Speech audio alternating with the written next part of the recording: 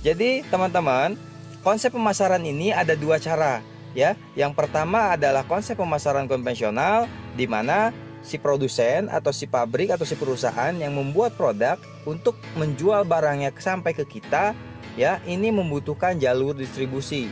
Mulai dari jalur tunggal, kemudian misalkan ini distributor tunggal ya seluruh Indonesia, kemudian sampai ke wilayah misalkan provinsi gitu kan ya. Kemudian sampai daerah, sampai kota, sampai grosir, sampai hingga warung eceran, hingga sampai nanti beli sama kita. Nah, jalur distribusi ini ada kenaikan harga setiap tempatnya. Misalkan dari jalur tunggal nih, ketika sampai ke wilayah ini harganya akan naik karena jalur distribusi tunggal ini otomatis juga ngambil selisih harga, keuntungan kan. Dari wilayah ke daerah juga sama, dia akan menaikkan harga untuk profit dia gitu. Kemudian sampai ke kota juga sama, sampai ke grosir juga sama, hingga sampai ke warung juga sama. Dari warung ini harganya akan lebih naik lagi, hingga ketika kita beli harganya jauh sekali dibanding kalau kita beli ke perusahaan. Itu jelas, wajar kan? Ya kan? Nah, tapi perusahaan tidak hanya perlu jalur distribusi, perusahaan juga perlu media promosi. Perusahaan akan sewa media elektronik, media cetak, kemudian artis, bintang iklan, segala dan lain-lain gitu ya, untuk mempromosikan produk dia.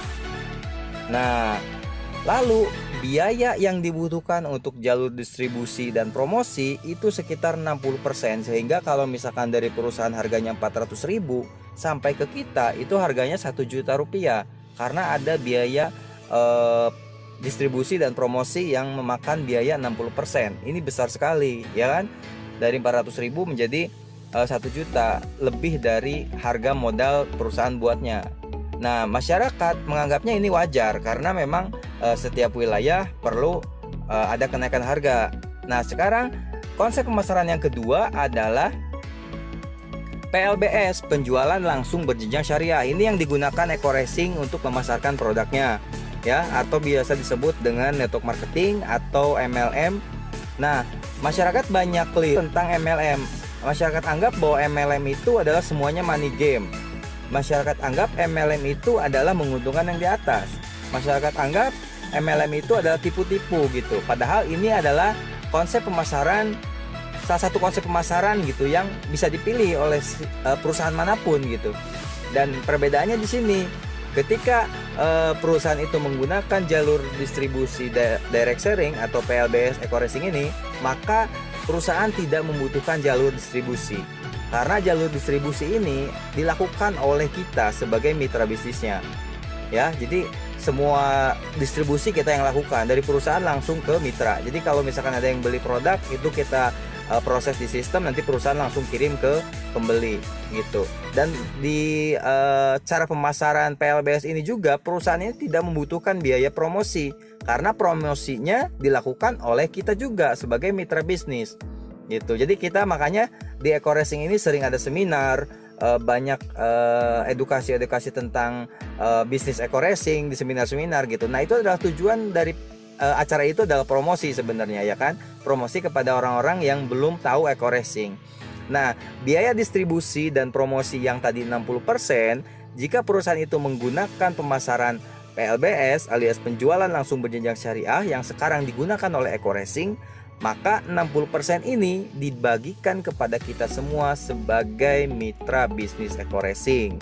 Nah, disinilah hebatnya bahwa dengan perusahaan menggunakan cara ini, maka banyak sekali orang yang kecipratan ekonominya gitu ya.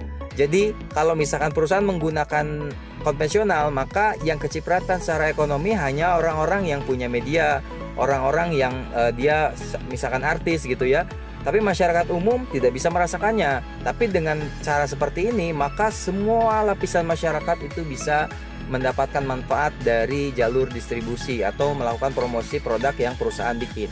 Nah, inilah hebatnya perusahaan yang menggunakan konsep pemasaran direct selling. Jadi semua orang bisa berkesempatan yang sama untuk mendapatkan hasil yang luar biasa di sini.